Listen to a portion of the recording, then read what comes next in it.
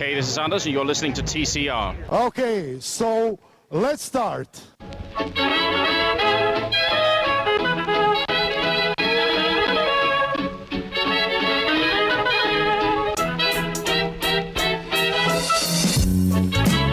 Hello. Hello and welcome to another edition of The Center Ring, aka TCR, aka your favorite esports podcast. Episode 135 coming to you live, pre-recorded from an undisclosed location. The date, December 17th. Just about a week before the big one. Before my best friend's birthday. Jesus Christ. The time, 8:46 p.m. Central Standard Time. Hello. We have possibly the best episode ever for you today. Lots to get to for CSGO. And that's what we're going to start the show off with. All the latest CSGO rumors, news buzzing about. It's kind of the off season, if you will. So teams always like to get things started before the holidays. We have kind of a fun segment planned in the middle. A Merry TCR Christmas. We'll go through and tell the esports world what all of us got for Christmas. What we got, some of the teams, some of the players for Christmas. So we'll go over that. And a sad one to follow that up with, as HOTS is dead. Blizzard took it out in the back. Said, just keep walking, I'll be right behind you. And the screen turned to black. So we're going to talk about the demise of Heroes of the Storm and just how that could happen to your favorite esports just as easy. But before we do that, let's introduce the crew. My name is Tim. I will be one of your hosts for this journey into esports. Hello. Alongside always, we have the brown one, which is Anuj. Hello, Anuj. What's up, fellas? How y'all doing? Is it okay if we say Christmas? I didn't check with you first. You just have to pronounce it in Arabic for it to make sense. I just want to be PC on the show. We're a show for everyone, and I just don't want to offend anyone. Happy holidays, Anuj. Bro, I had lights on my house like a month ago. You're a double dipper. You're a double dipper for sure. I went up on the roof and did it myself. No, you're a double dipper. It's okay. For sure. Oh, guys, I can't do the show today. It's one of the 110 Indian gods' birthday today, so gotta take this week off. Oh, Jesus! What's up? What's up? You fit right into the rotation. Let's go. Come on in. Come on in. Join the family. And that other voice you heard will be Brett. Hello, Brett.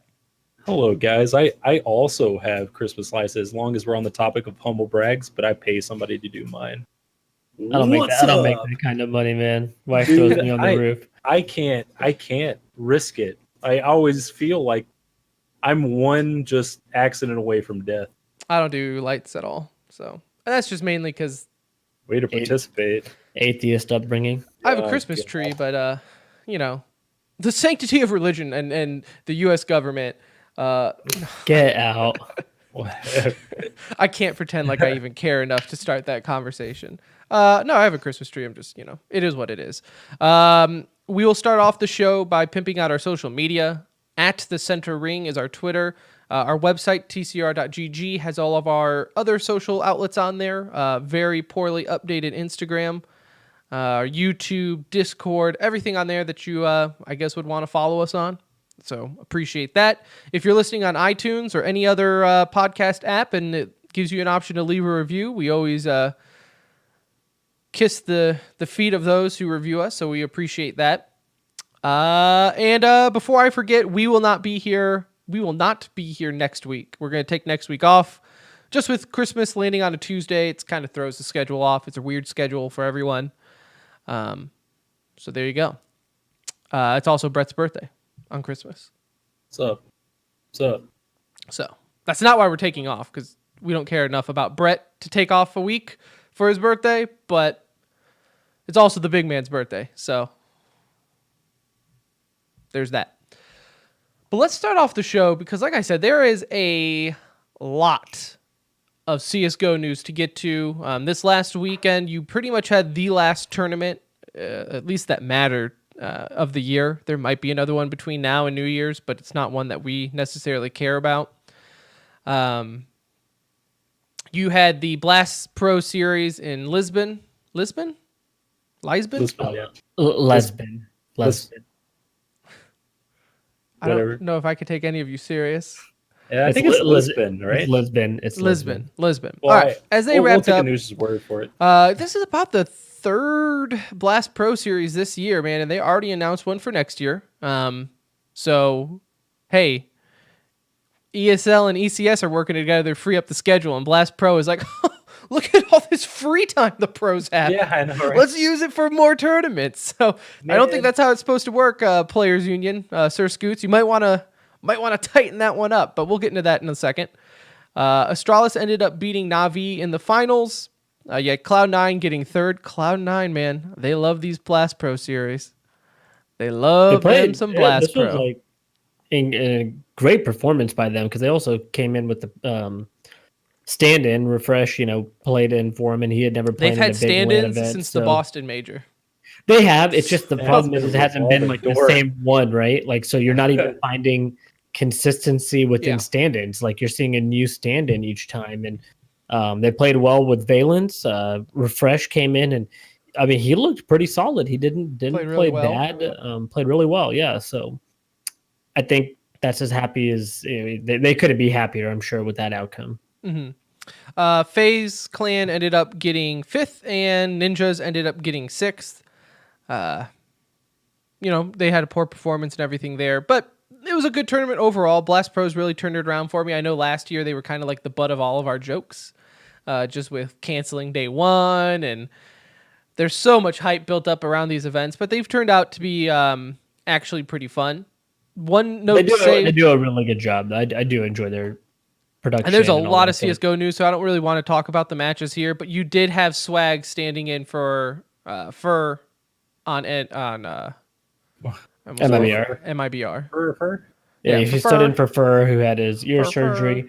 Again, cool to see Swag on the big stage. Like, he's not going to get a ton of opportunities like that because he just won't ever be on a top team. You did get like the whole pro scene. I love it how every time these guys like get to a tournament, it all of a sudden spikes up the argument of free free I swag buy power hashtag. All of a sudden comes back around. Yep. I am a true believer that that's never going to happen, ever. We can only hope. It's not going to happen. It's time. You know why? Because Valve doesn't benefit any from it. Like, look at how healthy Counter-Strike is going and the pro scene's going, and this is all without them playing in their tournaments. Why would Valve... I promise you, the discussion hasn't came up in Valve since the moment they banned them. I promise you that. Yeah, since the unbanning, I'm sure it hasn't come up again. Like, the unbanning of all the events. Yeah, okay. Other than Valve. I'm sure it came up at that point again, because they did make a statement saying... And said, hey, maybe we should, but then... We're not going to. Yeah, and I guess it really does show that they don't care because, like, okay, you can do these events with these teams, and they're laughing underneath their breath, right? Because what team is going to take these guys on that is really serious about winning a major, right? So it's like, yeah, sure. Here you go. Mm-hmm. Go play.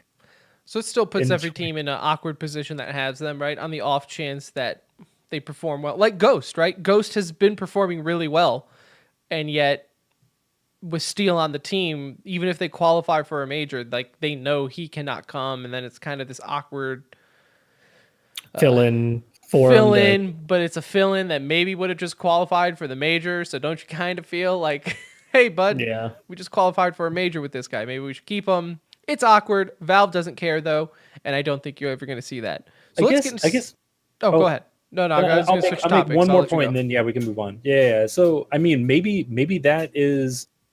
What maybe the other guys are hoping for is that someone like Ghost does kind of sneak into one of these next majors, and it's like now Valve has to really make a decision. I mean, the decision's made; they can't play, but they're under the microscope at that point. It's like, oh, Ghost qualified. Now what? SRIGL? Are we going to tell them like? No, see, they can't. No, they can't qualify with Steel.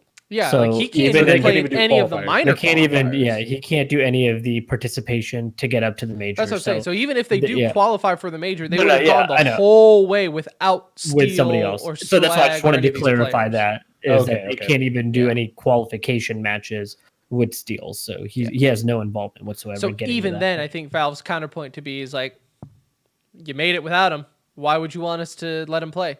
Like, yeah. No, they're really, not you're changing okay. that, but we can.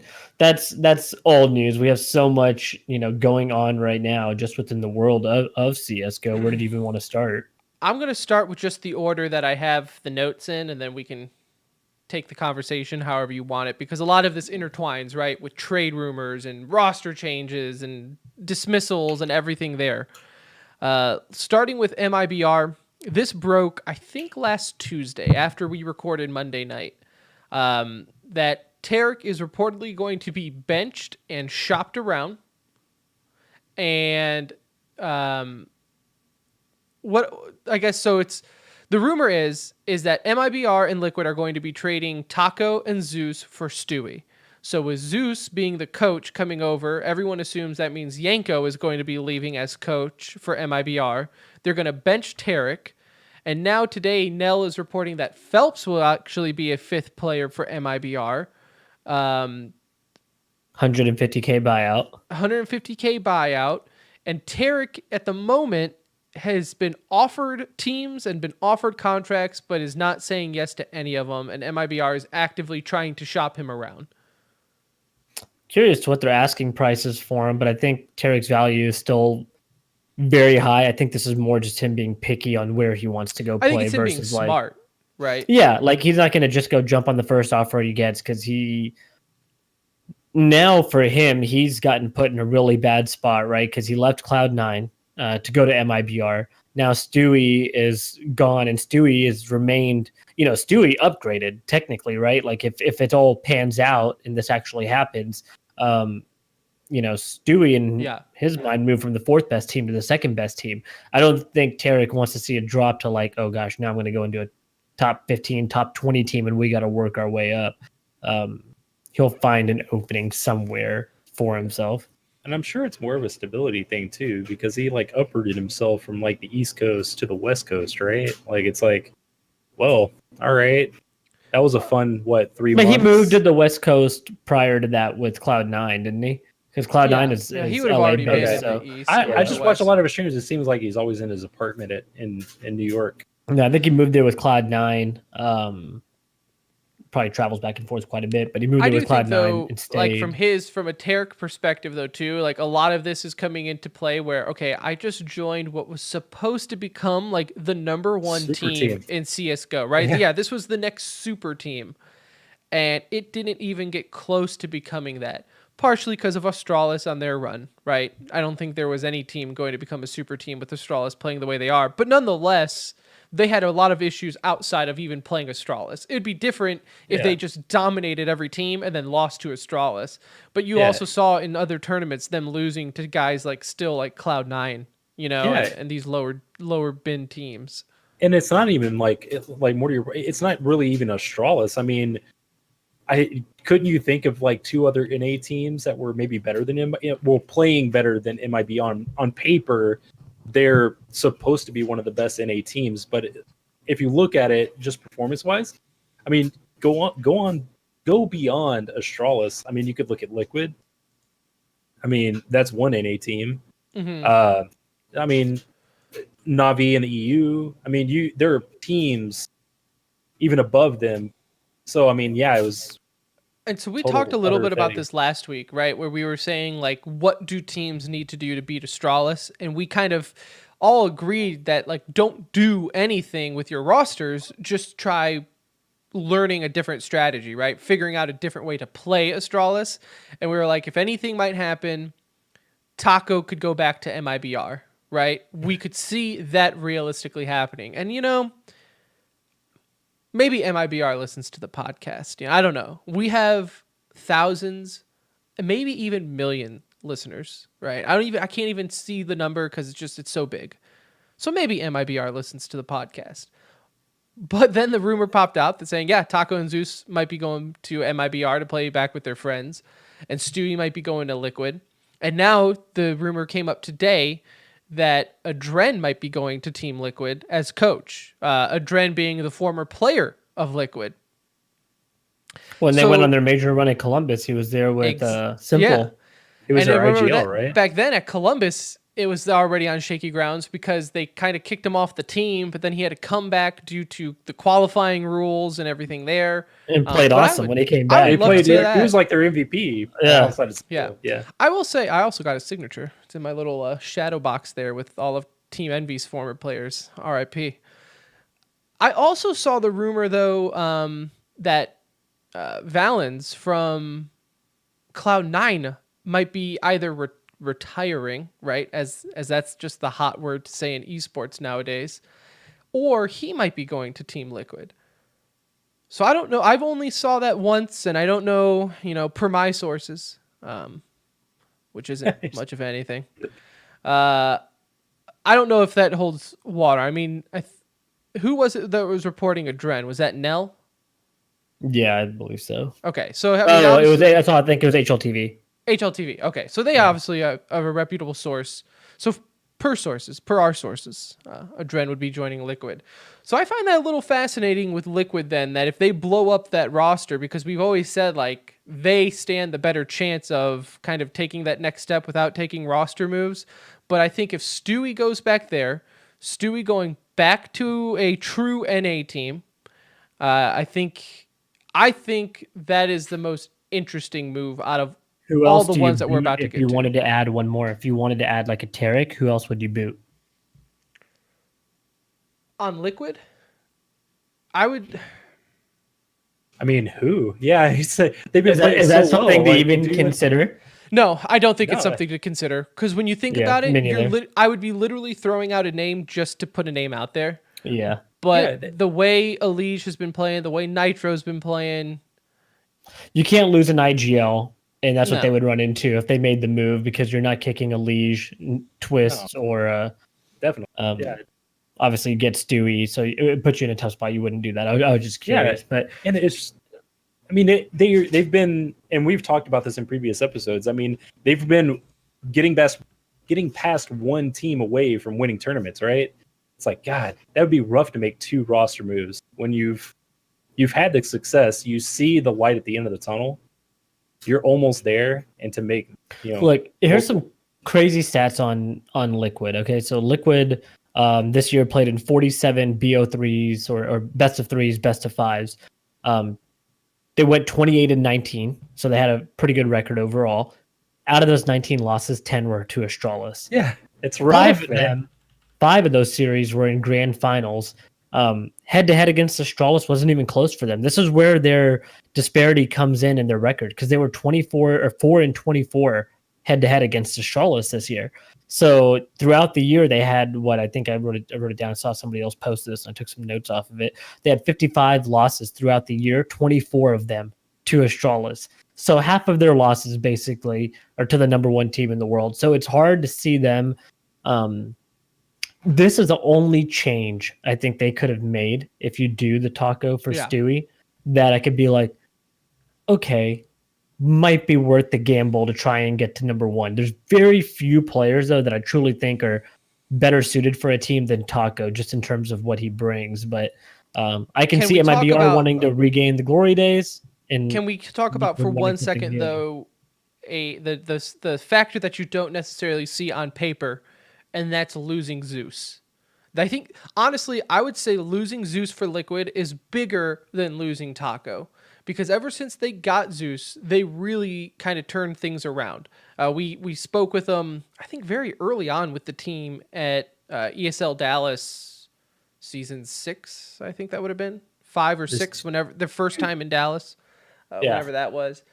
And even since then, right, you saw Liquid kind of take this upswing. And I know a lot of people are making a big deal about losing Zeus. I do think, though, there's something to be said about the way Nitro has been playing. And I think it's possible, like, so, for example, if a player leaves a team, I don't think you can be like, well, the other teams have learned from them, or the other players have, and they can kind of adapt, right? But if a coach leaves a team, I think he can kind of rub off on the players a little bit. So that's exactly what I was going to say with Zeus. I don't think Zeus, in terms of strategy, I don't know how much he brought necessarily there. When you talk to Zeus and you meet Zeus, you feel like he's on a team to motivate and keep people upbeat and to come through during hard times and to really dig deep. Like he has that Brazilian passion for getting you amped up and kind of keeping you there. That's something that I feel like can probably rub off on you. And to lose them at this point, once they're established, isn't going to hurt them as bad as had they, not had him at all. For them, this is like not a bad time though, right? Because if you're going to have coaches available, like you said, Adren is a possibility. Even Yanko is now out there. It might not be, a bad pickup in terms of, obviously there's no language barrier. There's a knowledge for the game there. Hopefully learn from his experience with MIBR. My one thing there, right? And this is obviously looking way too far into it. First off, Alchemist does bring up a good point in Twitch chat, saying rubbing off on players can sometimes get a coach fired. Could also get them hired if you rub off on the right player. But back to my point is, so what tournament was it? ECS Finals. Okay. Do you recall seeing the video after MIBR lost to Astralis in the finals? You kind of saw Stewie look exasperated and like Yanko kind of looked towards him. And if you kind of read his lips, it kind of looked like he was going like, why? Like they kind of looked frustrated with Fallen's calling sometimes. But that particular play was going to drive a lot of frustration out of anybody, because we're talking about the mid smoke where they pushed through on the eco against Astralis, and it was a god-awful play in that situation. Do you think, though, that was kind of the tipping point? Like the catalyst that you can look back and say, this was the first time we saw visual frustration. And do you think it's coincidence that the three people that kind of looked the most frustrated at that moment are the three people rumored to be leaving the team? No, personally, I don't, just because I think there's been frustration throughout the whole year with this team. It's been consistent frustration. Like there's been no stability in terms of, who they're beating, when they're beating them, how they're beating them. They look like a different team each time you see them play. Sometimes you watch them and you think, oh man, this is the next team. Like this team's finding it. They're going to run away with this. And then other times they play and they lose to a team like Sharks 16-6. And you're like, well, man, like don't sleep what's on going Sharks. on here? Don't sleep on the Sharks. Like it's just there's inconsistency. They play at like almost the opponent's level majority of the time. And I think that's just been throughout the whole year. So I don't think this one event was like, okay, I think this one event was like, okay, it's just time. Like we tried for, 6 months, a year, whatever. I don't even know how long it's been in CS terms. It's been forever. I mean, that's like 3 years in human years, right? Yeah. And really, I'm with you, Anuj. I don't think it's that one moment. I mean, you just look at their tournament history and you can see, I mean, and this is the case in any sport. We could talk about it in esports or traditional sports. Losing brings toxicity. It does. And you keep losing and losing and losing. And eventually players are going to talk. And this happens. Like, I don't see it as like one scenario. I mean, it's just like a buildup of. Man, they're just a high profile team, right? So anything that happens bad is going to stack. And emotions will get heated at times, but I think this was just a accumulation of just a bad season overall. And they probably just didn't see it turning around. You can't continue to wait. Time is precious in Counter-Strike, and you don't have years and years to do this. Like people are in their prime, and I don't think it's the worst idea to possibly going back to what you had. And it's funny you talk about that. I mean, they kind of are in their prime, because you look at a CSGO player, it's like, man, I'm 28. Guess it's time to go join think about retirement. Yeah. It's like, man, what am I going to do with my life now? I'm 28. Oh my God. No, for sure. I mean, so Liquid is just going to have an interesting off season right now. Yeah. Liquid and MIB are both. I know you wanted to kind of just talk about Astralis. I mean, I know there's nothing bad to say about them, but just to kind of recap the year. This is just I want people to understand what we saw this year in Astralis. They played in 16 LAN events. They won 10 of them. They won 10 LAN events this year, which is, we're not talking about just, baby events here. These are majors included. These are some of your premier events overall. They've won their last 4 events in a row, and 6 out of their last 7 events they attended. Device has been on a tear. I mean, he's gotten 7 MVPs this year, offline record of 125 and 35. And I think some of the highlights to be noted off of this is the fact that they went undefeated on Nuke. They ended up going 27-0. They lost 1 map and on teams Dust just 2. started banning it against them like within the last 2 events. So actually pull this up. Give me a second here. I want to show this. So this is insane. We say that, right? Like, oh, well, why are teams just don't play them on Nuke, right? Well, here you go. They're 13-1 on Dust 2. They're 37-10 on Inferno. Overpass, fairly good record, 17-8. You think about it, when they do their bans, they seem to be banning Cash as their perma ban, and Train as another ban of theirs. So it leaves you with such a small pool. I mean, there's just not many maps that they're bad on. Mm-hmm. Obviously, Nuke, if you're undefeated 27-0, ban the damn map against them at this point. But again, they're just so deep on their map pool that it really doesn't matter. You see them close out games on Inferno all the time. You feel like you see it on Overpass often enough. And then again, if it goes to Nuke, you kind of just hand them that map right up front. So they've been on a crazy tear, definitely in consideration for one of the best teams of all time. I think if they can make this run again in 2019, it shows, longevity in terms of CS holiness, and they're right there though. They're not too far off from being in that conversation or being at the top of that list. I mean, I think if you look back on, if we're saying teams like Luminosity /SK with their roster, teams like Fnatic, even like Virtus Pro, right? Back in the day, when you think of like old CSGO dynasties, I think you can already say that they are a dynasty. Maybe if you want to say they need one more major, maybe if we really want to be picky on the word dynasty, right? Dynasty is a heavy word to use. I get that. But they're in traditional sports sense, it's not a dynasty though, right? No, you're correct. Like, in traditional sports sense, but in traditional sports sense, they would have played 1 season by now, right? Yeah, I mean, it's a large sample size that we've already had and we've seen. It's just I mean, just through watching and talking to the players and coaches, like you just see it, like they are just more well prepared than anybody. I mean, their work ethic is insane.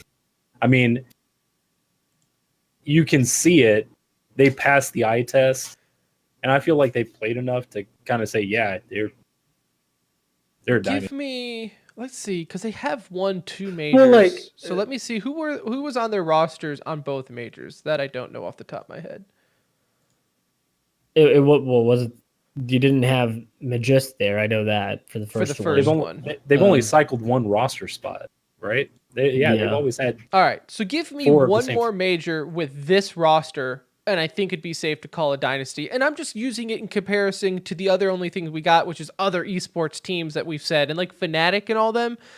They've had Fnatic, major runs, but even the in-betweens, I don't think I've seen anything like this. But do you feel like maybe Astralis is playing at a time where there's more diversity and more competition? Yeah, but you just got to go with who they're up against at this point in time, right? Like, it's hard to blame the other teams for that. I think majors just mean, I think you got to have 3 or plus. And I think, again, that's just the normals. I say normal, the traditional sports side of me thinking like, man, dynasty, like 3 out of 4, that's kind of the mark in my head.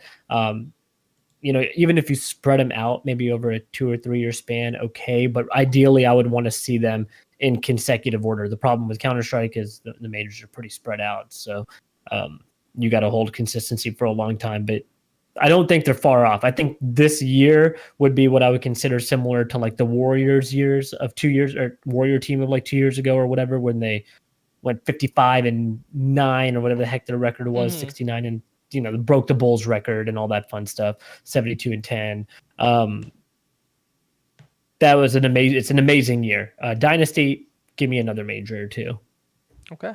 All right. Look, speaking of dynasties and former dynasties, Virtus Pro finally announced that they are ceasing competitive CSGO activities.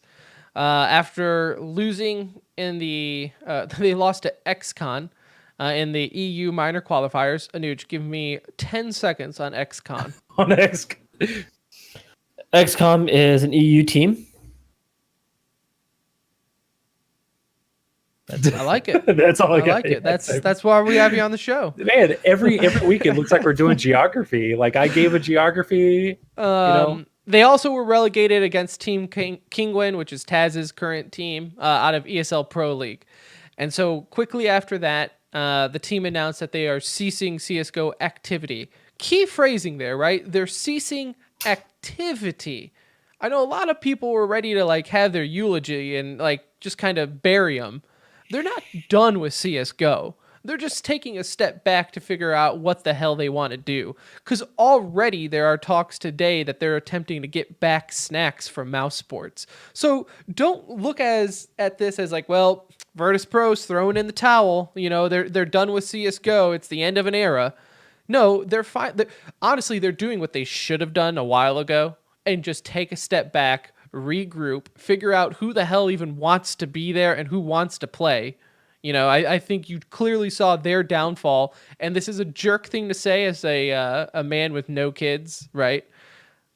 But as soon as they started having kids, you clearly saw like their play step down.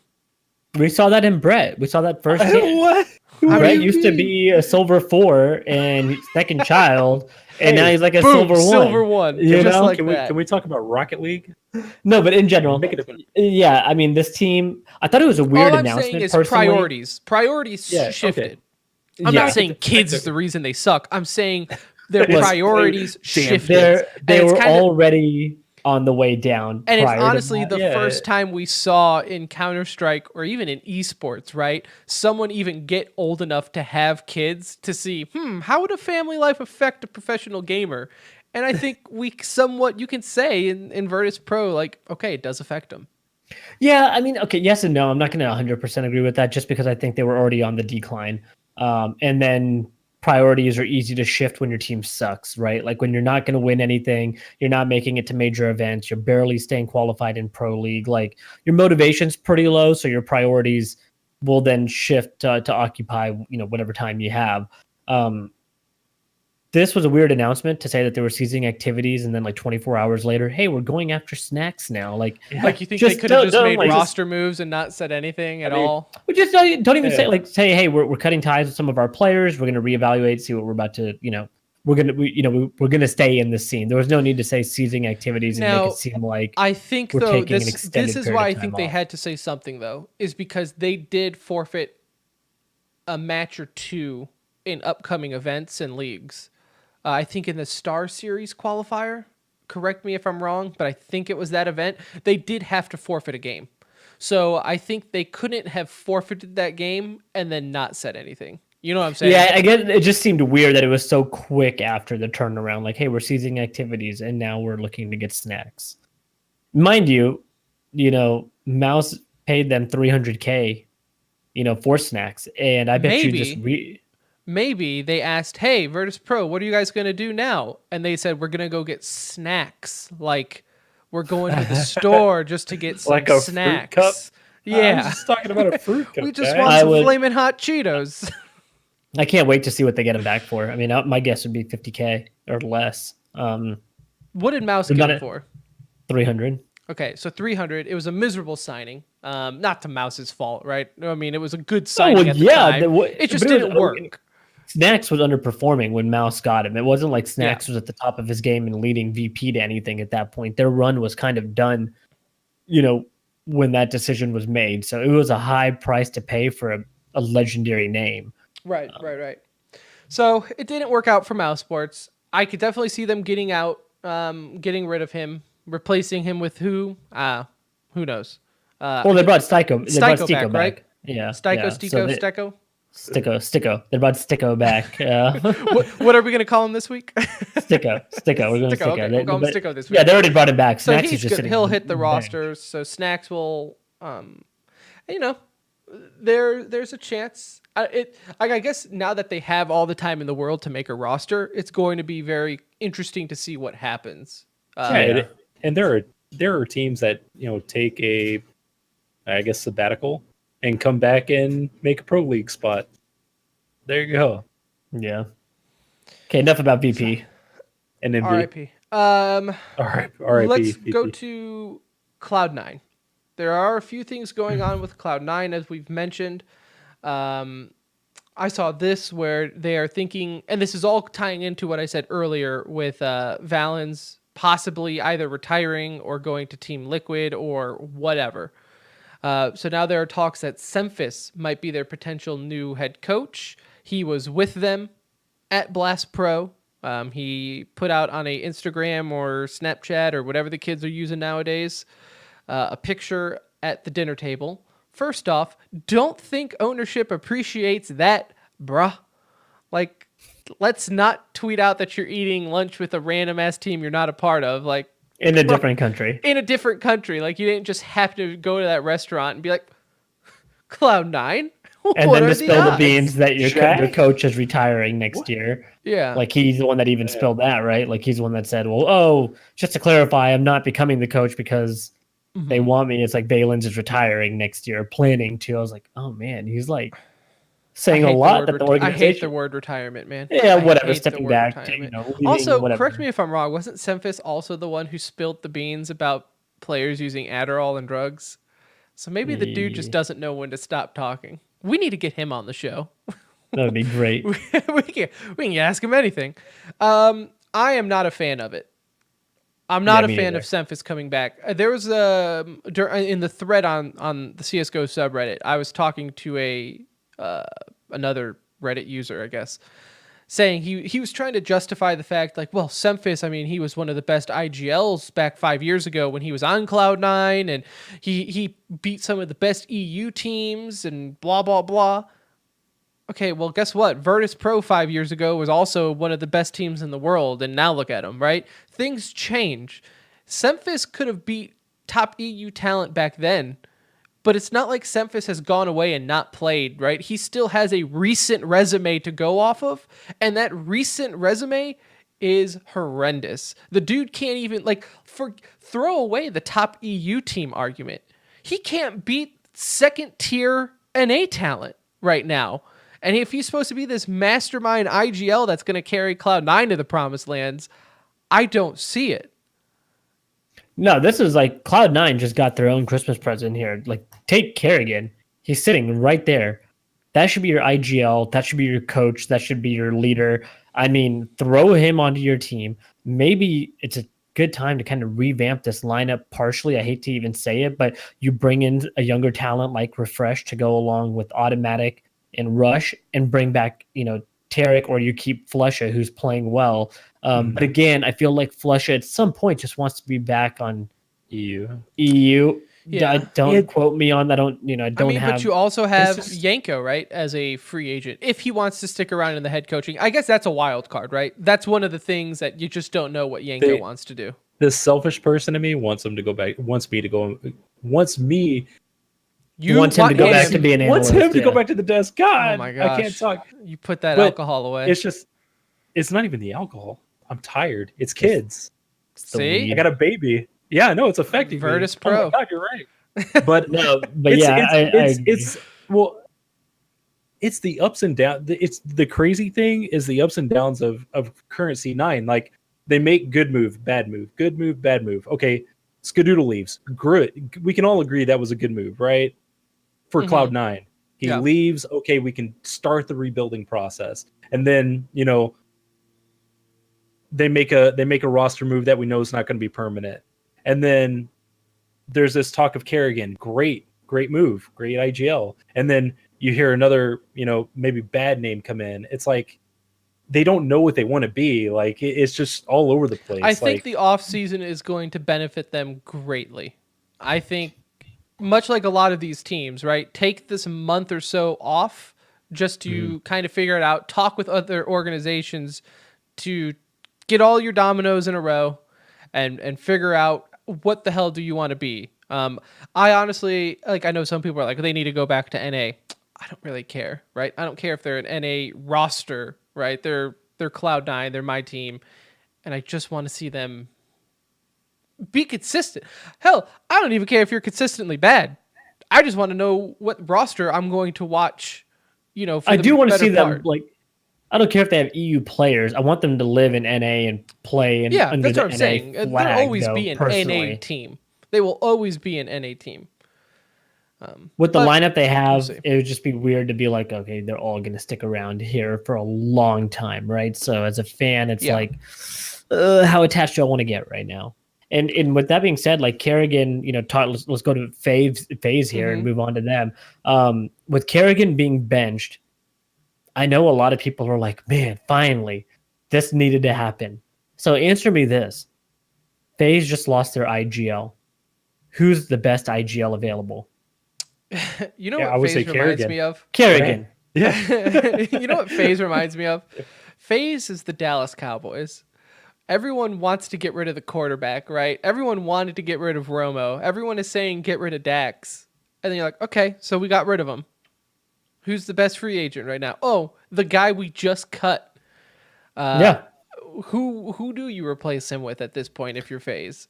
They needed to replace like a rifler, or they needed to make a move elsewhere, in my opinion, because there's too much talent on that team for them not to be winning. And to sit there and throw it on Kerrigan, I think is really just going to come back to bite him. I don't know who you get that's going to be a better leader than him. There's just no one out there. There's not many IGLs out there in general. They're like right now there's 5 to 10 really what we would consider good IGLs in the game, and most of them are scooped up on a top 10 team already. So I don't know where they turn to. If Nico wants to call, great. I think that's a terrible idea. Also, I just would hate to see him take a step back in terms of his individual play. But yeah, they need an IGL. So I don't know where they go from here. I really don't know who they pick up. Maybe Kerrigan just needs to improve his Blast Pro rating.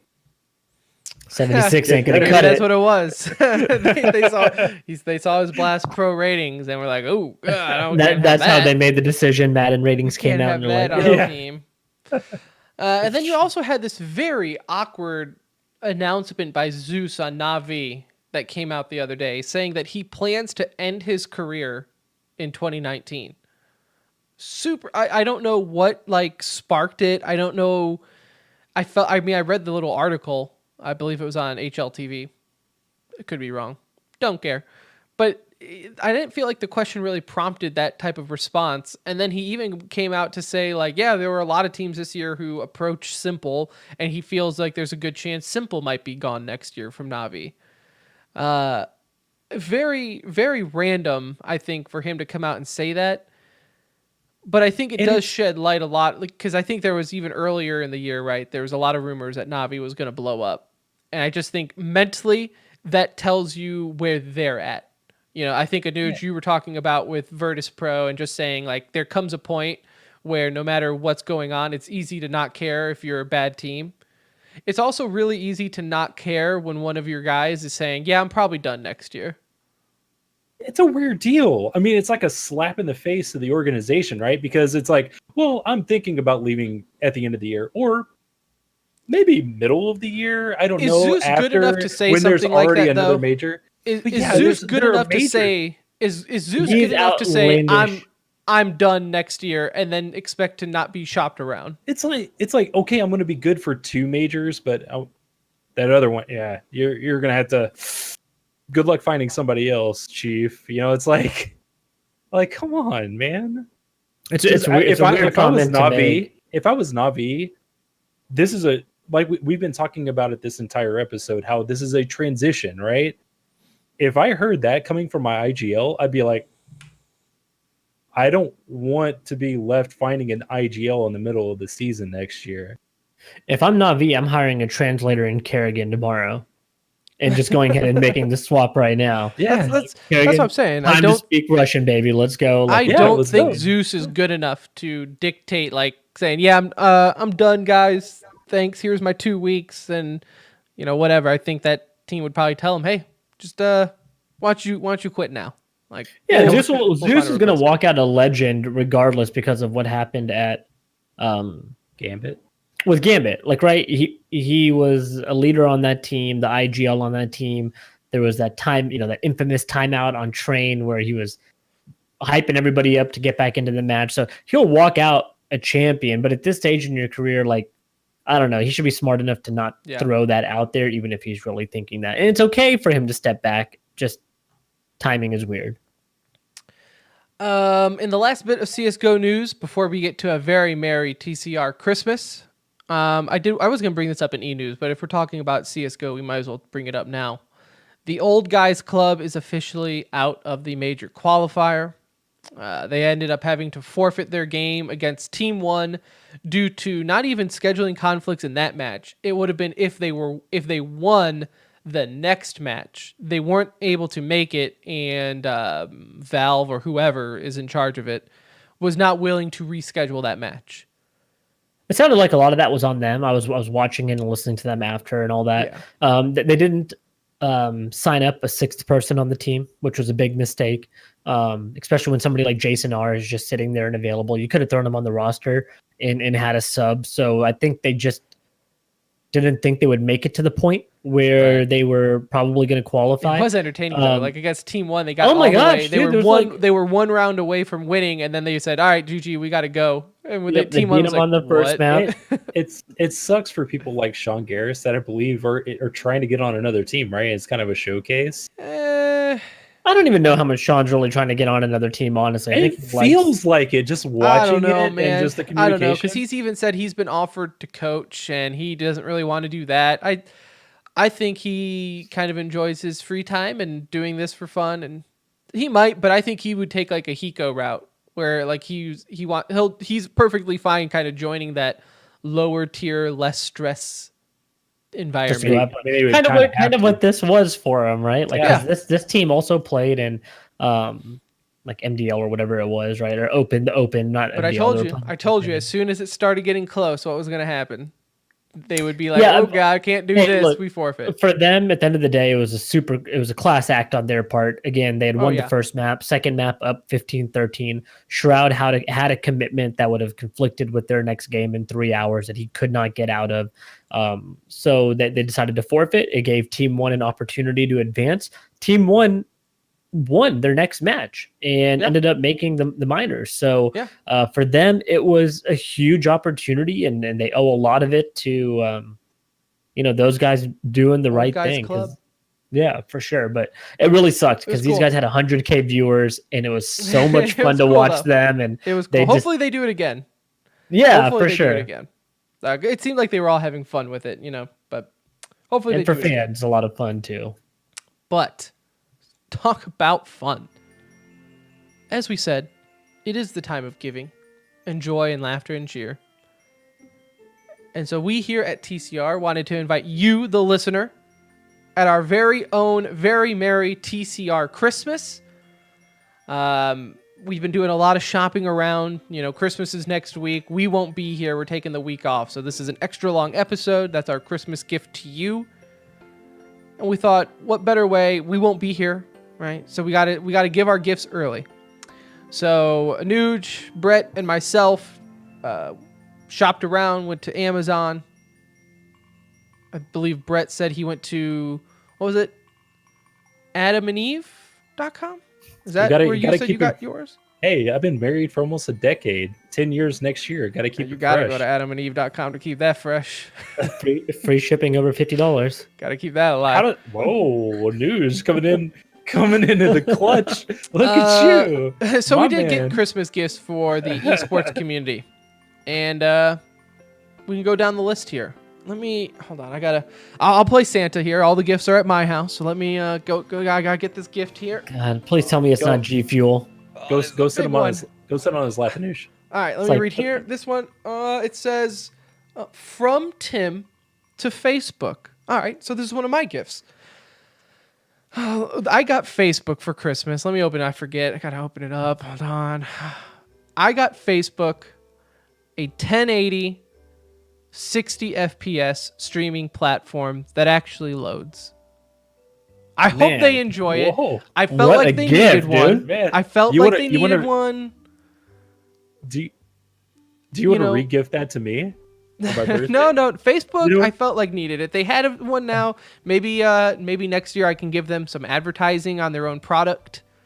I heard. Yeah. I was asking some friends around. I was like, all right, ESL, what does Facebook want for Christmas? What do they? I know what they want, but what do they need? And they're struggling, right? Like it's hard for them.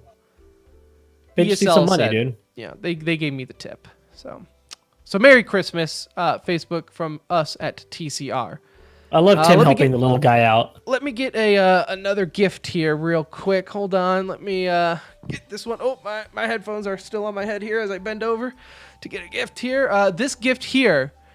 Oh, it's from Anuj. This one says Anuj to 343 Studios. Man, I have something so special for that. It took me a long time to find this. This wasn't on Amazon. I found this on voodooshop.com. It was on sale, so I bought 3 of them, actually. I want to give them all to 343. I bought Good Luck Charms, and I'm handing it to every developer on the team because I so badly want Halo to be Halo. And I want it to come back to its prime glory days, so I bought everybody on the team Good Luck Charms because I wish them nothing but the best, and I want Halo to make America great again. Oh. Whoa. See, and I thought that was a very thoughtful gift, and I agree with you. If you would have told me, I would have pitched in for that gift. We could have bought in maybe 4 or 5, because that is a very thoughtful gift. Thank you, Anuj. 343 will appreciate that. Let me go here and get this other gift here. Oh God, it's a big one. It's a big one. It's a big one. It says here from Brett to Blizzard. They have my heart. And my gift to Blizzard is TCR's game testers before you make a patch or a new hero live. I mean, it feels like we're scrambling before the start of the season and it even feels like Overwatch is trying to scramble to get out of that GOAT strat. Let TCR test it and tell you why it sucks and why it's not going to be a fun viewing experience. And it'll be a very Merry Christmas. You know what? I know I got something related to Overwatch League for Christmas too. Let me try to reach for my gift here. Man, they're getting all the gifts. All right. Now, well, this one here, it says actually from Tim to Alchemist. Let me open it up here. Oh, I got Alchemist. You know, when he was former lead observer for the Overwatch League, he was always talking about wanting one thing, and that was the storyline. He's like, oh, you always got to follow the storyline. So I got Alchemist a storyline for him to follow. So he'll never be without one. So I love you, buddy. Merry TCR Christmas to our friend at Alchemist. Let's see here. I know we have tons of gifts here. Let me Alchemist really wanted third-person Genji for Christmas, didn't he? That's what he really wanted. But I think that's like what was top on his list, I think he said. It is called Counter-Strike. I'll get Alchemist a job next year for Christmas. Man, we would love to have you back in Counter-Strike. God. Yes, absolutely. All right, so let's see here on this next gift here. It says to Anawaj, or actually says from Anawaje Baje to, this is a twofer, to Stewie and Tarek. Oh, bro! I thought we were only going to give one person gifts here, but okay. This is a combined gift. I'm honestly struggling to pay my mortgage this month, because I had to throw it all out there for this one. I bought them a brand spanking new time machine. This time machine allows them to go back 1 year in the past only and start over, because they genuinely made one of the worst decisions to leave Cloud9, do what they did, and so I wanna bless them with a redo for Christmas. A mulligan. The only way I could do that was finding a time machine. Cost me an arm and a leg. totally worth it because this also brings Tim happiness. So really, it's a threefer. Man, I appreciate that. And you know what though? Funny enough, I also got Stewie something. So he's getting two. He's getting two gifts Oh, from man. TCR. I don't want Oh, man. I don't want to spoil the guy here. So let me get my gift. Let me give my gift here. It's so big. So oh, okay. So I got Stewie here. This production value is awesome. I even wiped it off a little bit for him because I don't, it's a Christmas gift. It's gotta look nice. But I actually got him the very knife itself that he stuck into C9's back. He left it there. I just wanted to give it back to him. And so Stewie, I give you your knife back. So Merry Christmas, Stewie, from everyone here at TCR. I always pictured you as a re-gifter. Well, God. it's a re-gifter, but it's also like a memento, It's memory. It's kind of a collector's souvenir. item. It was a souvenir. Yeah, it's a collector's item. So I just wanted to give it back to him. Let's see here. We have a few left here. I think one more from each of us here. So let me get this other gift here. This one here, it says from Brett to the Overwatch League. Oh. And my gift, and it's really a selfish gift. I like how you act surprised, but it's your gift. You know what it is. Yeah, I know. I'm gifting them a gift for me that will be a gift for everybody. It's like when you get your wife like a cooking utensil or something, right? Right. It's home at home. They've teased us, and for those who don't know, the Dallas Fuel are going to be the first team in Overwatch. We talked about this in last week's episode to host a home game, 2 of them, in February, I believe, right? Late February. Well, it doesn't start till no.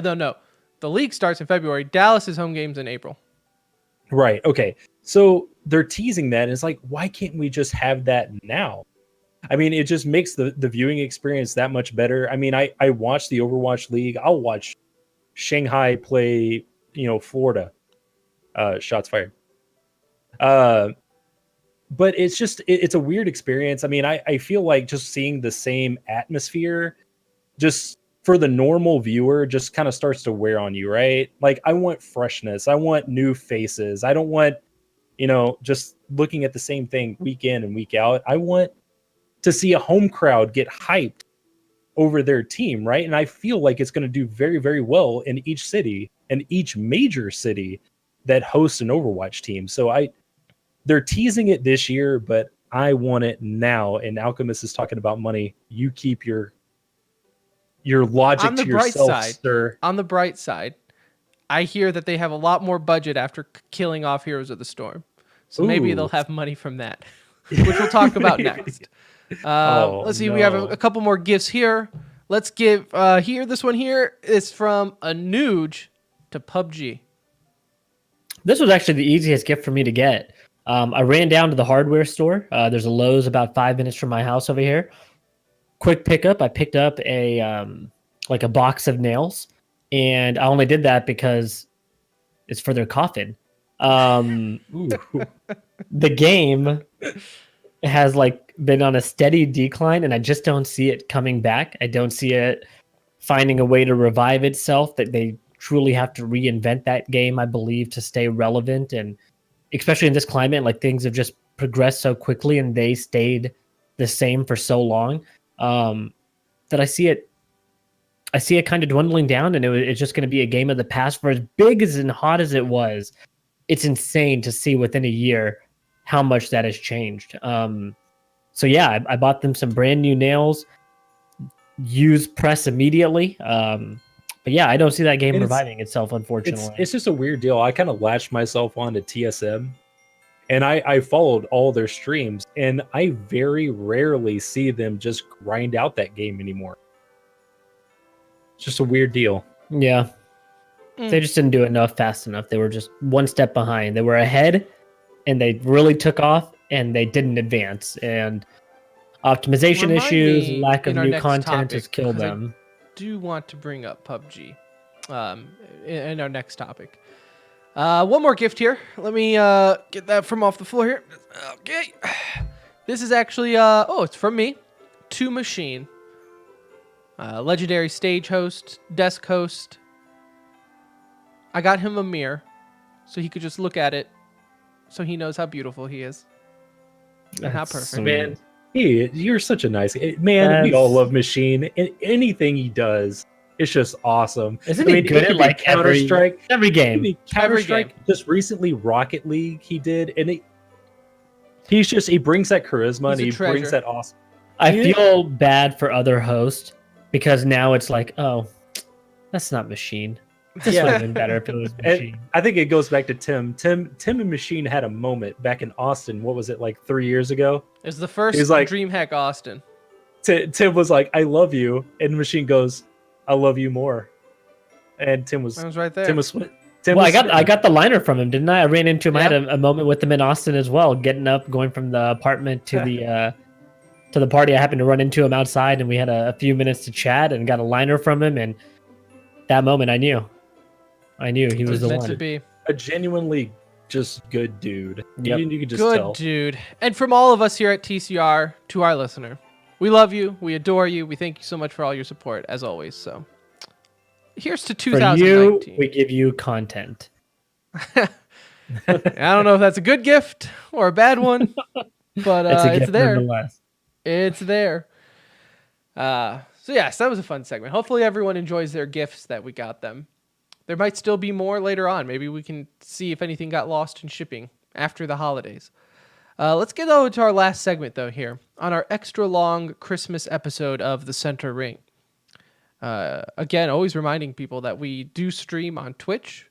So obviously, if you don't know that, you're listening to this in a podcast. We probably won't be streaming at that very moment. So this is kind of like a shout out, but not a relevant one. But you get what I'm saying. Follow us on Twitch so the next time we go live, you'll know it. That's it. Mm-hmm. That's all I got. Okay. All right. Let's get to this next topic, though, which I wanted to start it off with the news that Blizzard gave us earlier this week with Heroes of the Storm. It was a weird announcement. It seems like it was a week of weird announcements, right? Between VP and Zeus and HOTS. All these weird announcements going on.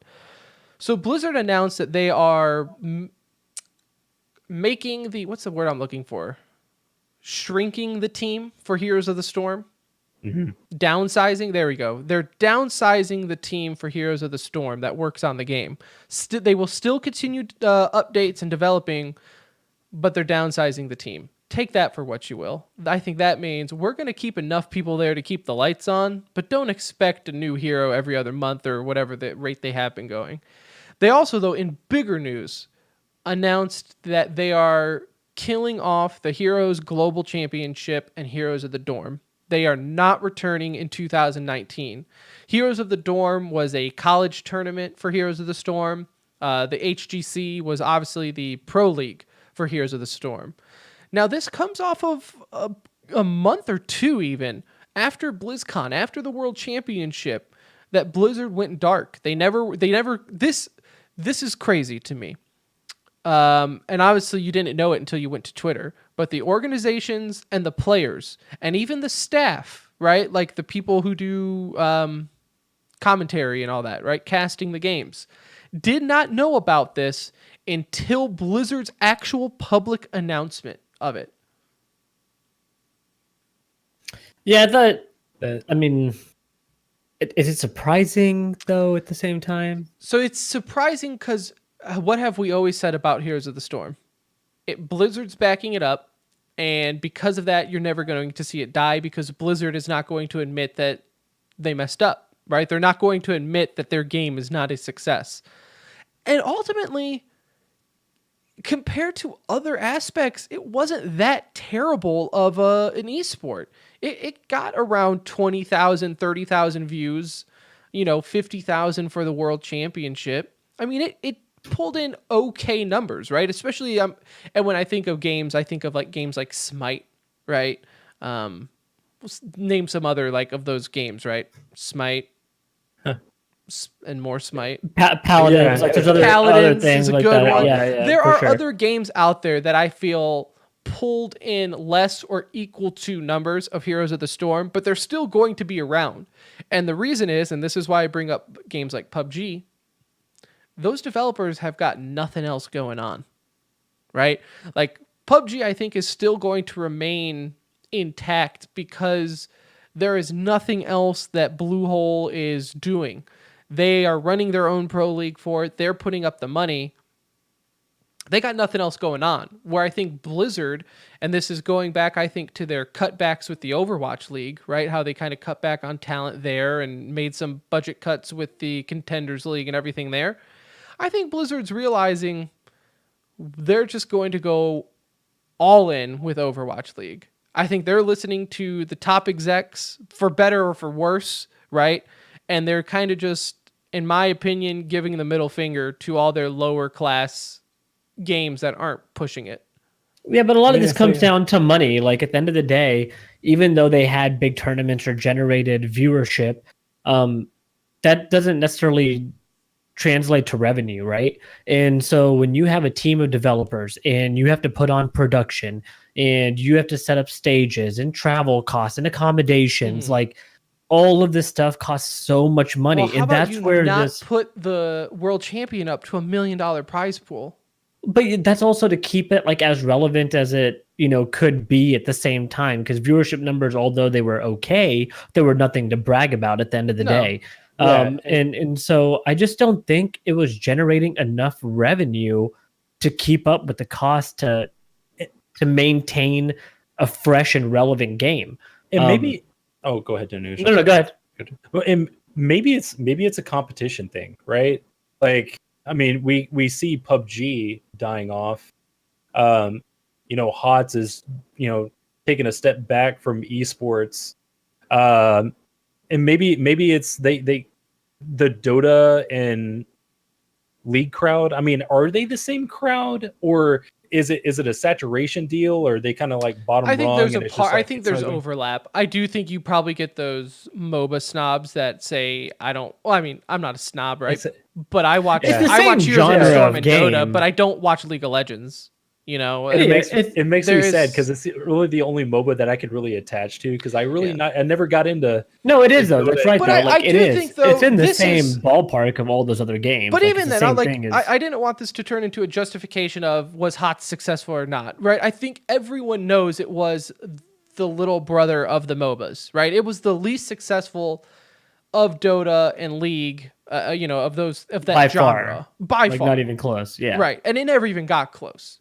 Even when it first came out, it was never that close. It was always kind of known for the simple man's MOBA, which I always appreciated. I think, though, the bigger story here, and I think people need to realize this, the developers don't care about your esports. The fact that Blizzard let these teams, these players, this staff sit in the dark for 2 months, we'll say 2 months, and then announce this weeks before Christmas, right?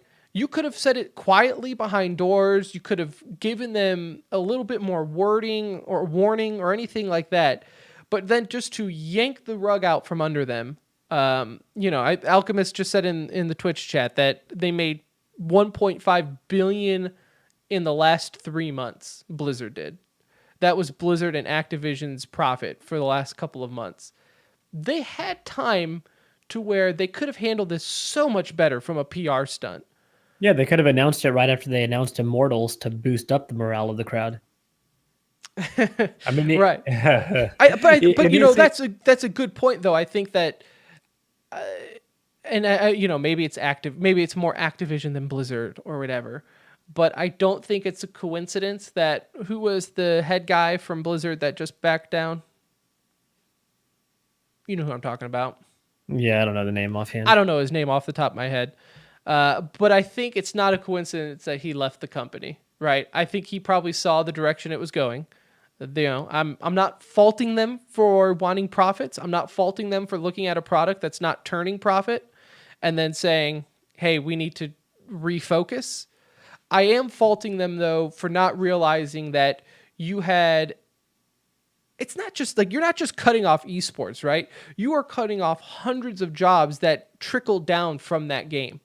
Yeah, it might not And be affecting them internally directly because they're just shifting those developers from, Yeah, to from them, one they're like, game to hey, we another. kept them a job, right? We moved them over to new Yeah. Warcraft 3. But yeah, the trickle down effect in the community is going to be rather large, and now You got to there's a lot think, of like, people Fnatic without. had a team, right? All those guys who were in yeah, charge of the Fnatic group and all these and for teams that went on. Well, the and for those, I university. mean, it's not even like our own opinion. Like we're just assuming that everyone's just angry and upset. I mean, you can go on No, Twitter look at some and of just these find. Yeah, you tweets. could go on Twitter and just find. I mean, I saw one. I forget who the player was, and I'm sorry for not writing that down, but I mean, it was just full scorched earth. Like I have one here. it was the Where'd it worst thing that go? had ever happened in this dude's life. It's like, man, this is my livelihood. I'm not going to pretend like I know this guy. Loiber. He is a Heroes pro, though. And he says, F you, honestly. Working hard for 6 months with new fantastic teammates for this shit. Radio silence for weeks. I sent multiple emails, and all I got back was that they are working on finalizing the details. And then, Well, again, the first time anyone involved heard about this was when the whole world found out. Just like that. I mean, Yeah, these are it's- guys it's- that you built relationships. They've built lives around this. And I just think this could happen to any esport out there. And it has. I mean, you could look. You're at going to like see this H1Z1 happen more and- often. This Oh, is yeah. not going to be a like. This is- There's yeah. there's already articles out today about a correction happening in the esports market. Yep. That people are anticipating taking place, and this is again because of lack of revenue. Money is being made in different areas, but not necessarily as much from an esports segment. If a team is bringing in And, you know, the I think example we've I talked saw about of that. well, the valuations and the revenue need to add up, right? So if a team is being valued like Cloud9 at $300 million, like you should be bringing in a good chunk of change, but it's not necessarily as equal as it is to the investments because there's so much hype around it. So naturally, you will have a market correction. You will have layoffs. You're gonna have it normalize a little bit. It doesn't mean it's gonna drop and tank and not exist, but there is a high right now in the market, and the only thing coming is going to be for some of it to die off, for some of these teams to be a little bit more responsible with how many games they get into, how much money they invest in these products. So it's just normal that it's going to come. And I think this is just the start of it. I think you'll see a lot more early next year. And I know we've talked about it on the show too, like with the Optic Gaming layoffs, right? And how like, oh, they're cutting off streamers and people thought they were freaking out. Well, no, in reality, you probably don't ever have to pay streamers money to sponsor your team, right? Or at least the money that they probably were paying them. There was obviously more money spent in esports for certain organizations, not all, right? I'm sure some of them are very responsible, but you do have those guys who just got the big investments and spent money probably in stupid ways. So yes, I completely agree that there's a correction coming. But my point here is that you don't have to be Overwatch League or Fortnite or Counter-Strike to survive in esports. I just think you also need developers that care. I do think that there should be, kind of lower tier esports for the foundation of the whole scene itself. And I think shame on Blizzard for the way they handled this. That being said, if you want to fly us out to like Overwatch League or BlizzCon, I mean, I totally am 100% agreeing with you on this decision. But no, I mean, it sucks, right? And maybe it sucks a little bit too because I enjoyed Heroes of the Storm, and it's kind of weird for them to ask for still having support when you've just publicly announced that you're putting your game down. Yeah. And it's not even like they're killing off the game. The game's still going to be there. But for people like me, you, Anuj, we like playing games that are also an esport. It's what we talk about every week. It's what we love, right? And the fact that this isn't going to be an esport anymore is like, it's hard. It's a tough pill to swallow for us. When it Probably comes won't change my playtime on this particular game as much, but yeah, I mean, I get what you're saying. What's, I guess what's 'cause 0 minus 0? Well, because there was a time where I did play this game in a league, right? It was kind of like a rec league. It was chair league, is what it was called. But me and my buddies did play Heroes of the Storm in a competitive mindset, and it's just kind of like it's weird because with this type of game, it's weird how our minds have shifted because of esports, right?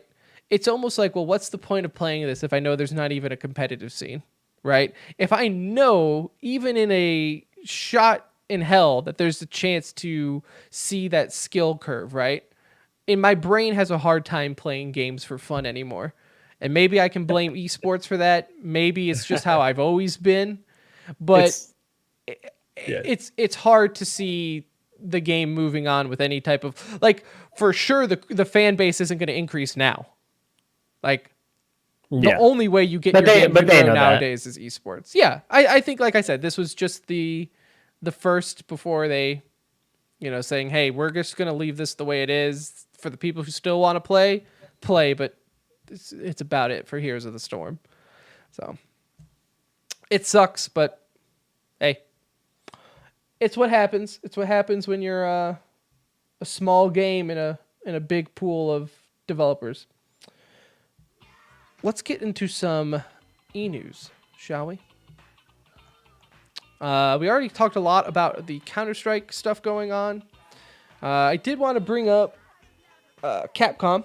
Capcom Cup ended up yesterday, as I'm going to mispronounce these names. I know it. Forgive me. It was two Japanese players that fought each other. You have Gachikun? Gachikun? Gachikun? Gachikun? I think that's how you say it, is Gachikun. Ended up defeating Itabashi Zangief in the finals. There was a bracket reset. That's always exciting. There were also a handful of timeouts, though. That's not so much exciting. I want KOs, right? I want action. I want big fights, but it's whatever. It was still exciting. So that wraps up Capcom or Street Fighter V for this year. You had the Rainbow Six. Oh, look at Brett's wife made an appearance on Twitch. She said, "Don't look at me." Well, how can I not in those pajamas? In Rainbow Six, you had the United States Nationals wrap up. Rogue defeated Evil Genius 2-1. Fun fact here: Evil Genius was actually playing with their coach subbing in. Also, fun fact, he was also a player, though, like 3 months ago. So it's not like that crazy of a concept for him to step up and play. But nonetheless, it's always interesting to see that. I forgot to get the results for this. But Don't Park on the Grass wrapped up. That was Smash Brothers' first big tournament for the year for Ultimate. Did you watch any of this, Anuj? I did not. I was busy playing Smash. It was very interesting to watch because I was expecting to watch and like seeing, okay, I'm just going to see all these same. I just want to see the cookie cutter pros, right? Like, what do the pros use for their top heroes? They all use something different, which I guess with a roster of like 74, it's expected. You're going to see that, yeah. But, there's going to be a lot of like top tier characters. Yeah. So you had MVD getting first place with Snake. Assam ended up getting second with Pikachu. Congo got with Donkey Kong got third. So very big variety and not maybe what you were expecting. Just going the crazy off the thing tier there list. is Snake has been rated in most people's lowest tier. For most of those tier lists that you see come out, Snake has been rated like really low. So See, and I know Pikachu's been kind of rated high. So we're still in that phase of leveling out, right? There's out of meta. You got to have that. There's no meta yet. Yeah, there's no meta. The meta's still wide open. So we'll see.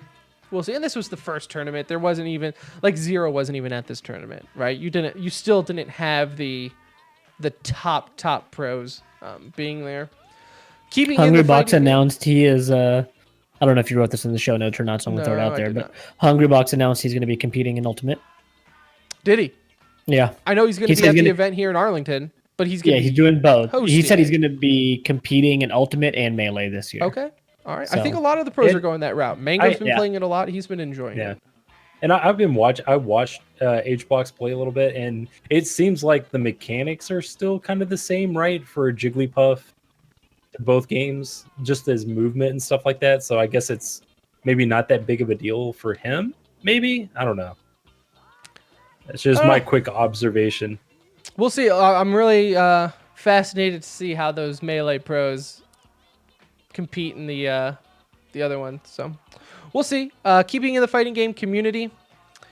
Did Anuj just go MIA or his room just get dark? No, it just blacked. Hold on. Just go ahead. Keep going. I'm like, what happened to Anuj? His webcam just went dark.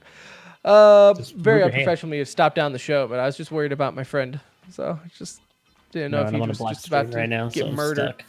stuck. It's keeping in the FGC though. And for Evo Japan coming up here, again, keeping in weird announcements. They said that no Dragon Ball Fighter Z or Smash Ultimate will be played at Evo Japan. That is a huge, huge blow for their debut event in Japan. But Nintendo and Bandai both said, not going to happen, buddy. Not going to be able to play our games.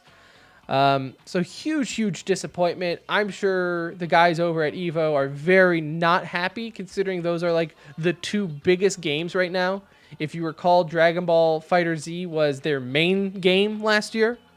That was the game they ended with. So not good that they're not there, but they're still going to have a community events, and I'm sure it will still be relevant. It's just, it goes to show, man, sometimes these developers are just dumb.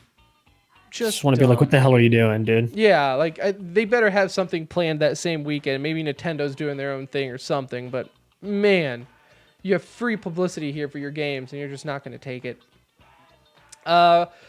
Riot Games confirmed that their company COO, Scott Gelb, has been suspended 2 months for workplace misconduct. I don't know if any of you have been keeping up with the Riot game drama going on, but No, I haven't. lot of Me Too stuff happening there. Oh, A lot of no. Me Too stuff happening, which I'm sure if we pull the curtain back, some of these orgs ran by young bucks back in the day and everything. Who knows? Who knows? But good on, I say good on Riot for doing something. They've known about it the whole time, right? So it's one of those things where it's like, should I pat you on the back or should I say it should have happened earlier? So, but there's that. Oh no. Okay, hold on. Laptop froze. Anuj, you broke my laptop. Did I? Hey, We're you gonna give okay? this So a while second. Tim is doing While we're doing this, fill in showtime for me. big news. Counter-Strike released an update today. For those of you that are OGs, these are true OGs, okay? Not like your first Fortnite skin OG. These are like true OGs. The 10-year coin is finally in the game. Ooh. So if you have an active account and have had Counter-Strike on your account for 10 years, if you load up CS today, you will notice you have the 10-year coin. And I'm proud to be a member of that family. So I'm quite excited to finally. I have not logged on, but I definitely have been there for 10 years. So your Steam account's 10-year-old? Oh yeah, definitely. Good. Definitely, I will definitely so- have 10 years. Shoot, you could probably get me on the whole time if you really wanted to. Except for I haven't had this.